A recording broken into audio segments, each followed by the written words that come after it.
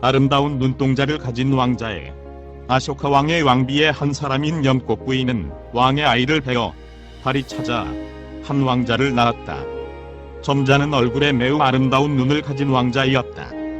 대신은 이 일을 곧 왕에게 아뢰었다. 대왕님, 축하하옵니다.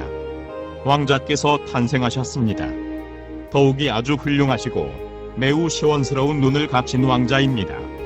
왕은 이 소리를 듣고 매우 기뻐하며 우리 공작 왕통은 명예로운 왕통이다. 더욱이 나는 불법의 융성에 힘을 썼다. 그 공덕으로 이 아이가 태어난 것이리라.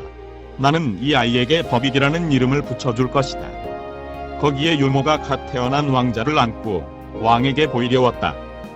왕은 이 왕자를 보고 매우 귀엽고 또 기쁜 나머지 노래로서 말하였다. 이 얼마나 아름다운 눈이냐, 이 얼마나 고상한 눈이냐. 피기 시작한 연꽃인 양, 귀여운 얼굴 위에 반짝이고 둥근 달인 양, 누구나 반겨서 우러르네. 다시 왕은 대신을 보고 이토록 아름다운 눈을 가진 사람이 세상에 또 있을까? 인간 세상에서는 보도 듣도 못하였습니다. 히말라야에 살고 있는 구나라세의 눈은 왕자의 눈처럼 아름답습니다. 왕은 곧 야차에게 명령을 내렸다. 히말라야에 가서 구나라세를 잡아오너라. 야차는 왕의 명령을 받고 순식간에 히말라야에 날아가 구나라세를 잡아 가지고 돌아왔다. 왕은 이 새의 작고 아름다운 눈이 왕자의 눈과 조금도 다름이 없음을 보고 왕자에게 구나라라는 별명을 지어주었다. 이 구나라 태자는 성장하여 이윽고 장가를 들었다. 어느 때 왕은 왕자를 데리고 게두나사에 갔더니 상좌중이 구나라 태자를 보고 왕에게 말하였다. 태자는 멀지 않아 두 눈을 잃을 것입니다. 왕이시여, 왜 왕자에게 부처님의 가르침을 들려주려 하지 않습니까? 왕은 이 말을 듣고서 왕자에게 왕자야, 너는 이 상좌를 따라 가르침을 듣도록 하여라 하고 말하였다. 구나라는 두 손을 모아 상좌중에게 어떤 가르침이십니까? 어서 가르쳐 주십시오. 가르침대로 따르겠습니다. 상좌는 엄숙히 왕자에게 가르치기를 육아는 덧없는 것이다. 결코 그것을 믿고 의지해서는 안 됩니다. 부처님의 가르침을 수행하여 영원히 상하지 않는 법안을 뜨십시오. 그는 이 가르침을 받고 왕성에 돌아와 조용한 곳을 가려 혼자서 좌선을 하여 자기의 눈에 대하여 이것은 괴로움이요, 헛것이요, 무상이요, 무아임을 생각하고 법안을 뜨기를 일심전력 바랐다. 아쇼카 왕의 총애를 모으고 있던 또 하나의 왕비가 있었다. 이 왕비는 구나라 왕자의 아름다운 눈에 남모르게 연정을 느끼고 있었다. 왕자가 혼자서 왕궁 한 구석에서 좌선을 하고 있다는 소리를 듣고 넌지시 그를 찾아갔다. 왕비는 구나라의 아름다운 눈을 보자 애욕을 누를 길이 없어 느닷없이 왕자에게 달려들어 껴안고 하소연을 하였다. 불이 산과 그를 태우듯이 사랑이 내 몸을 태우고 있습니다. 왕자여, 이내 심정을 살펴주소서. 인간 세상의 괴로움과 덧없음을 명상하고 있던 지금의 왕자가 어떻게 요망한 이 사랑을 받아들일 리가 있으랴. 그는 두 손으로 귀를 막고 운탕한 마음에 불타고 있는 왕비를 달래었다. 그런 더러운 소리는 귀를 막고 듣지 않으리. 적어도 어머니라 불리는 몸으로서 그 아들에게 사랑을 건다는 것은 그것이 사람의 길이오니까 나는 짐승의 흉내를 낼 수 없소. 자기의 사랑을 받아주지 않는 왕자의 말에 왕비의 가슴은 노여움에 불탔다. 이토록 간절한 내 심정을 받아주지 않는 너라면 나는 반드시 너를 죽일 것이다. 왕자는 대답하여 말하였다. 더러운 사랑에 사는 이보다 깨끗한 법에 죽겠소이다. 사람의 길을 잘못 디디고 부처님의 가책을 받고 싶지 않소. 왕비는 일다 돌아갔으나 그 후로부터는 구나라를 모함하는 데에만 온 정신을 쏟았다. 어느 때 북쪽의 켄다라국의 서울 독사시라에 반란이 일어났다. 아쇼카 왕은 친히 가서 토벌하려 하였으나 대신들이 말리기를 친히 토벌하실 것까지는 없습니다. 태자를 보내는 것이 어떻겠습니까? 이에 왕은 구나라를 불러 너는 독사시라의 반란을 평정할 수가 있겠느냐? 하고 물으니 태자는 자신있게 평정시킬 수 있으리라고 생각합니다. 하고 대답하였다. 왕은 태자의 용감한 말에 매우 만족하여 출진의 준비를 명령하였다. 또 길을 청소하고 노인과 병자와 거지의 무리를 길 옆에서 멀리하고 수레에 타고 태자를 국경까지 전송하였다. 작별할 때의 왕은 태자의 목을 껴안고 눈물을 흘리며 태자의 얼굴을 쳐다보면서 독사시라 사라들은 행복하다. 너의 아름다운 눈을 볼 수가 있으니 말이다. 하고 말하니 옆에 있던 점장이 바라무는 이것을 가로막으며 말하였다. 대왕이시여, 대왕은 태자의 눈을 돌도 없는 보배처럼 사랑하고 계시지만 그 아름다운 눈은 멀지 않아 버릴 것입니다. 그렇게 태자의 눈에 집착하지 마십시오. 만일 그것을 잃어버렸을 때에는 그 얼마나 괴로운 생각을 하시게 될지. 이리하여 태자는 왕과 작별하고 독사시라로 전진하였다. 독사시라 사람들은 태자가 오는 것을 알고 길을 청소하고 미음, 단지를 들고 항복의 자세를 보이며 태자를 맞이하였다. 태자를 보자 모두 합장하고 입을 모아 독사시라의 백성들은 왕을 배반한 것이 아닙니다. 또한 태자를 배반한 것은 아닙니다. 다만 왕을 모시고 있는 나쁜 대신들에게 항거한 것입니다. 그렇게 말하고 공손히 태자를 인도하여 성 안으로 들어가 정성껏 태자의 일행을 환대하였다. 태자는 잠시 독사시라 성에 머물러 있게 되었다. 태자가 독사시라 원정길에 오른 뒤에 아쇼카왕은 이상한 중병에 걸렸다. 그것은 입에서 똥냄새가 나고 온몸의 털구멍에서 똥물이 흘러나오는 병이었다. 아무도 이 병을 고치는 방법을 몰랐다. 왕은 대신에게 명령하여 빨리 군하라를 불러라. 그리고 왕위에 오르게 하라. 나는 멀지 않아 죽을 것이다. 태자를 원망하고 있는 왕비는 왕의 이 말을 듣고 깜짝 놀랐다. 군하라가 왕위에 오르게 되면 나는 무슨 일을 당할지 모른다. 그렇게 생각하고 왕에게 저는 꼭 대왕의 병을 고쳐 보이겠습니다. 그 대신 의사를 멀리해 주십시오. 왕은 왕비의 말대로 의사를 거절하고 사랑하는 왕비에게 목숨을 맡겼다. 왕비는 전국에 포고를 돌려 왕과 같은 병에 걸린 자는 신고하라 하였다. 어느 곳에 한 사나이가 있는데 그것이 왕과 같은 병으로 고생하고 있었다. 그의 아내는 이 포고를 듣고 정직하게 궁중의원에게 신고해왔다. 의원은 곧 이리 데리고 오라. 고쳐줄 터이니 그 소리를 들은 아내는 기꺼이 남편을 데리고 왔다. 왕비는 이 병자를 눕혀 배를 가르고 검사해 보았더니 뱃속에 큰 벌레가 한 마리 있어 그 벌레가 위로 올라가면 똥도 붙어서 올라간다. 벌레가 아래로 내려가면 똥도 아래로 내려간다. 그리하여 똥은 언제나 몸 밖으로 배설되지를 않는다. 시험삼아 후춧가루를 주어 보았으나 벌레는 죽지 않는다. 다시 여러 가지 매운 것을 주어 보았으나 벌레는 끄떡도 하지 않는다. 최후로 팔을 주었더니 벌레는 죽어버렸다. 그리고 항문을 통하여 밖으로 나가버렸다. 왕비는 팔을 먹을 것을 왕에게 권하였다. 그러나 왕은 듣지를 않는다. 적어도 나는 왕족이야. 어떻게 파 따위를 먹을 수가 있는가. 왕비는 병을 고치기 위한 것이오니 꼭 잡수십시오. 왕도 할 수 없이 파를 먹었더니 뱃속의 벌레는 죽어서 똥과 함께 밖으로 나왔다. 이리하여 왕의 병은 거뜬히 나왔다.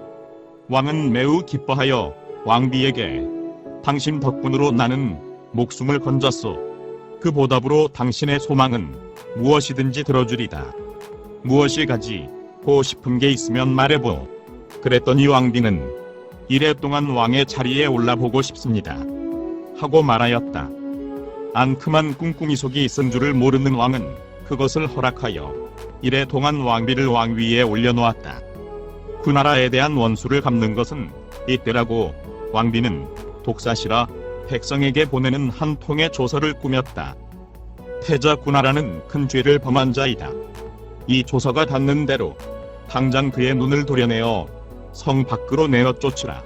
이 명령에 위반하는 자는 엄벌에 처할 것이다. 하는 조서였다. 그 시대의 규칙으로 조서는 반드시 그 봉의 왕의 치인을 찍기로 되어 있었다. 왕비는 치인을 찍으려고 왕이 자고 있는 옆에 갔더니 왕은 갑자기 눈을 뜨고 나는 지금 불길한 꿈을 꾸었다. 그것은 두 마리의 독수리가 태자의 눈을 도려내려는 꿈이다. 잠꼬대처럼 이렇게 말하고는 또 잠이 들어버렸다.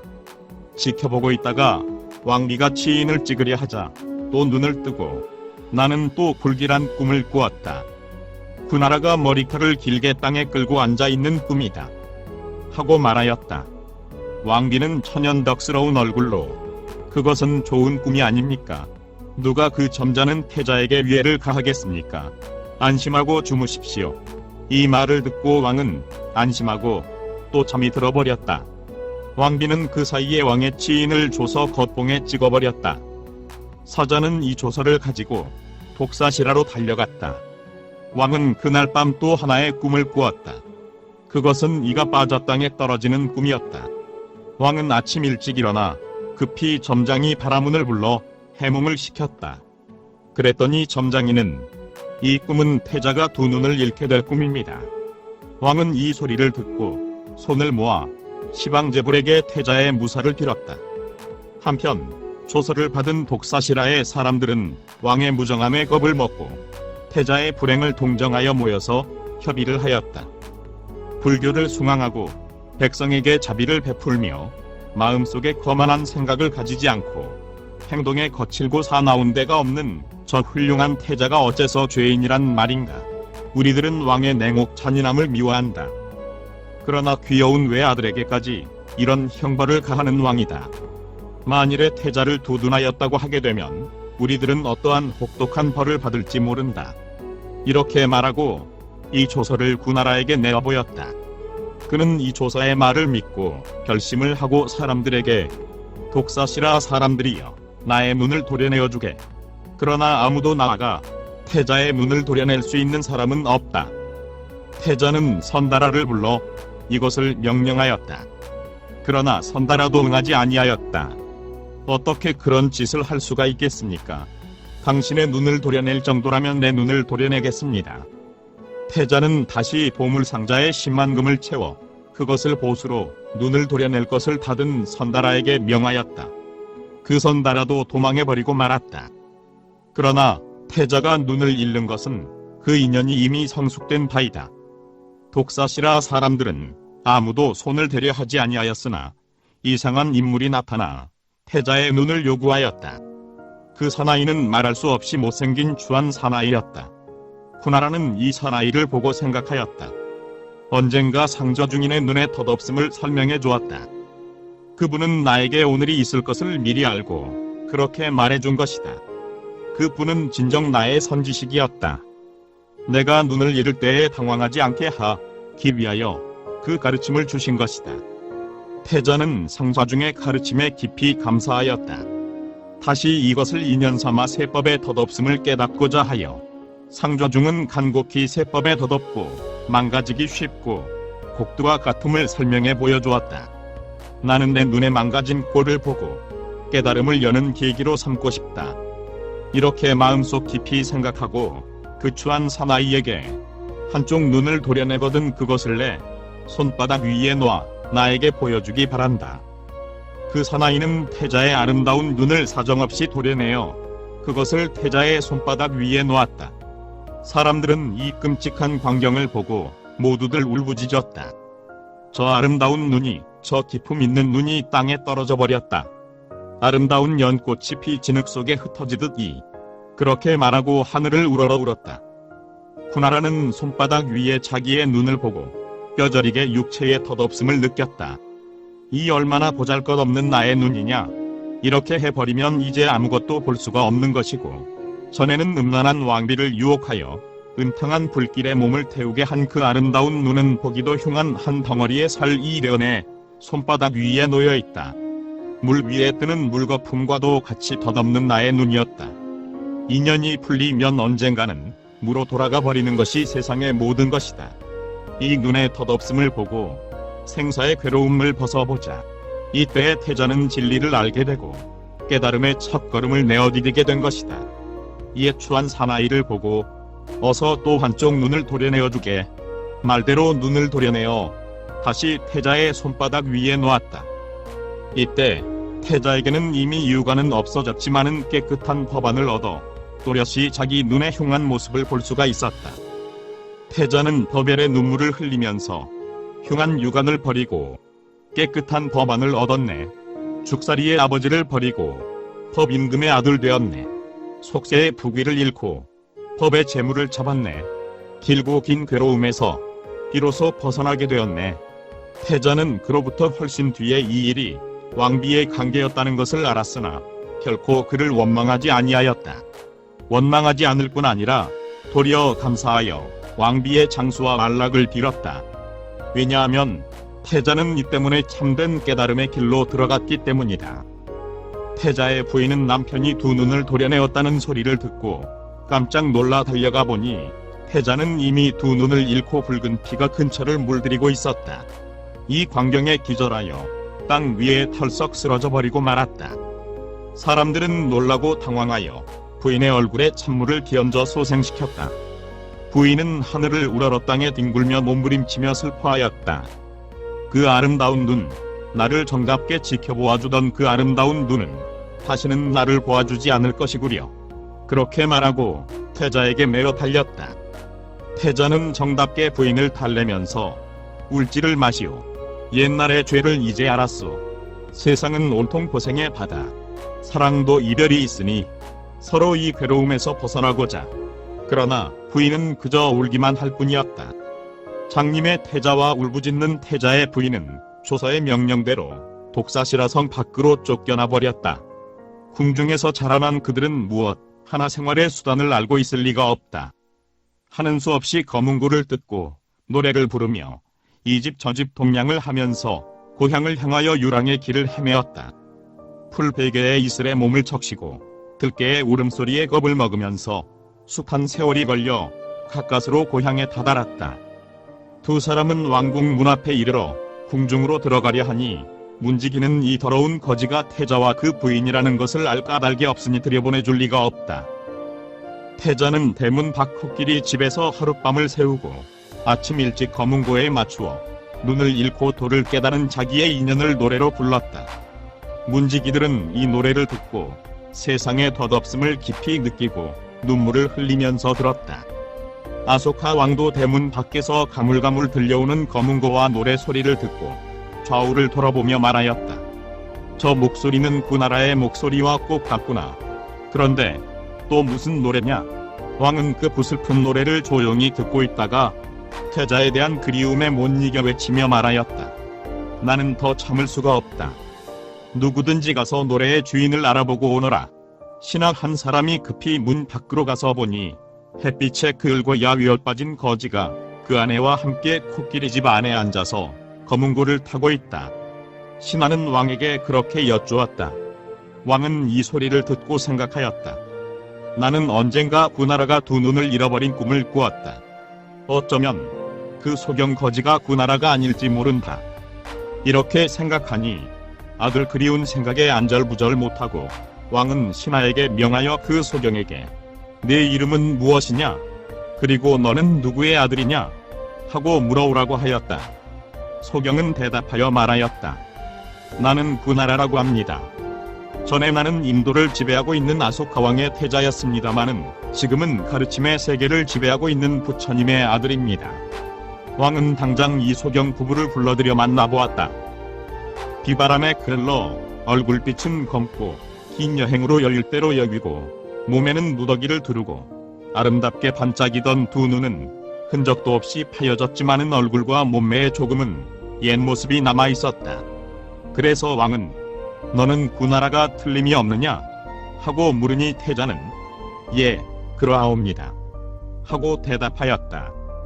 그 목소리를 듣고 왕은 너무도 놀랍고 슬퍼서 기절하여 침상 위에 쓰러져 버렸다.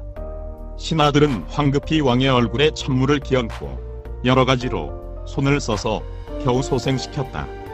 왕은 태자를 끌어당겨 무릎 위에 올려놓고 오른손가락으로 태자의 먼 눈을 어루만지고 눈물을 흘리며 말하였다. 내 눈이 너무도 구나라새의 눈을 닮았으므로 구나라라는 이름을 너에게 붙여준 것이다. 지금은 그 아름다운 눈은 멀어버렸다.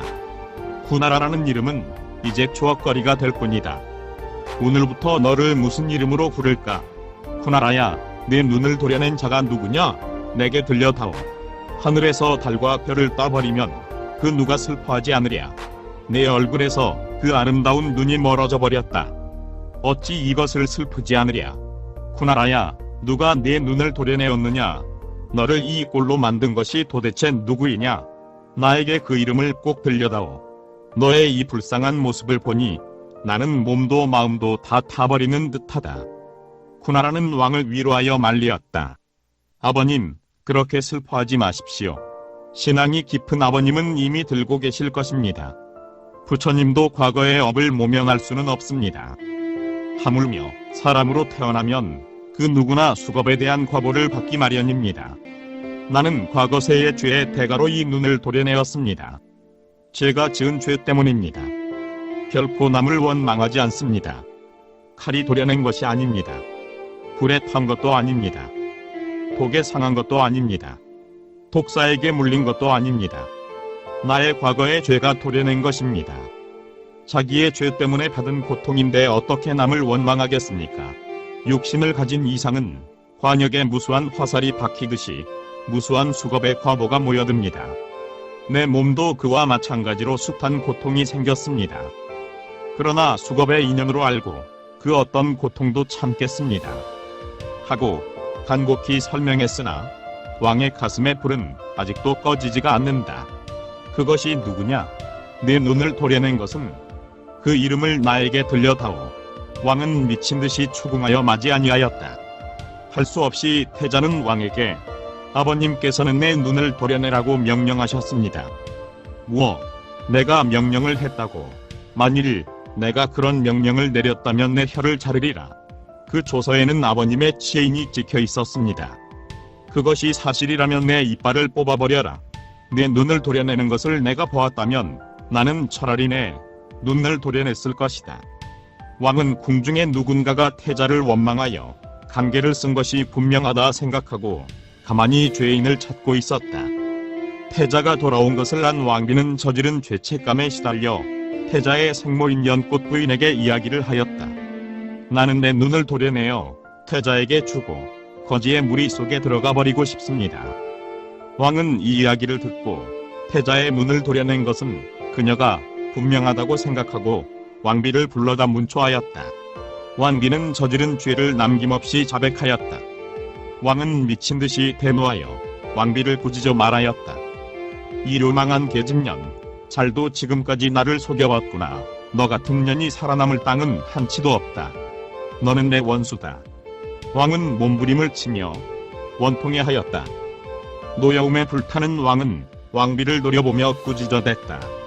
내년이 태자의 눈을 멀게 하다니 이제야말로 내년의 살을 뜯어내고 산채나무에다 묶어놓고 톱으로 손발을 끊어버리고 칼로 혀를 자르고 도끼로 뼈를 빻아 불구덩이 속에 던져버릴 것이다.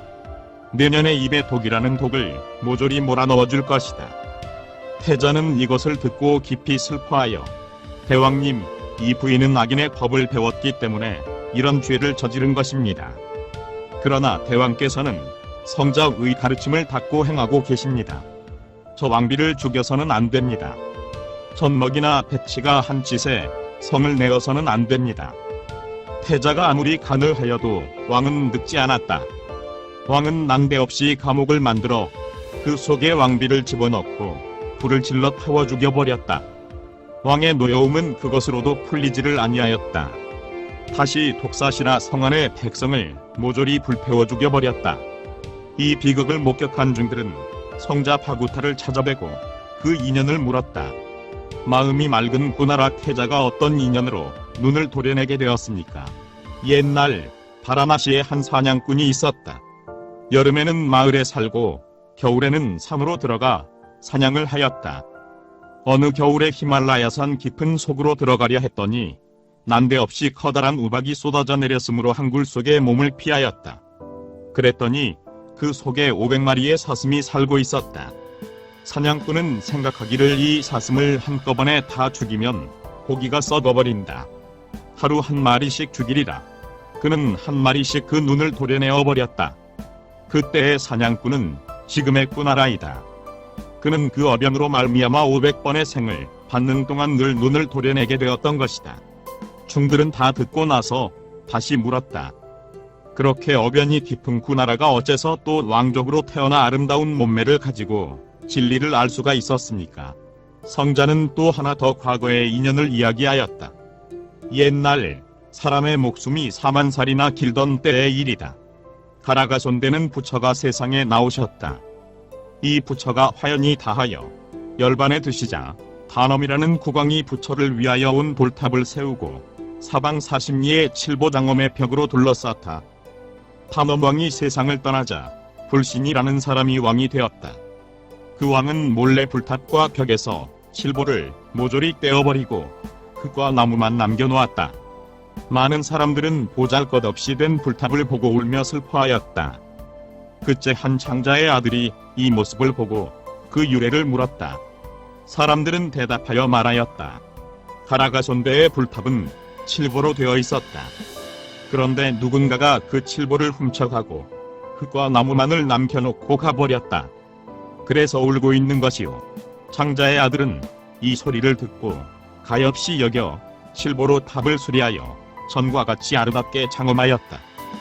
또 가라가손배 불상과 같은 크기의 불상을 만들어 다시 원을 일으켜 말하였다.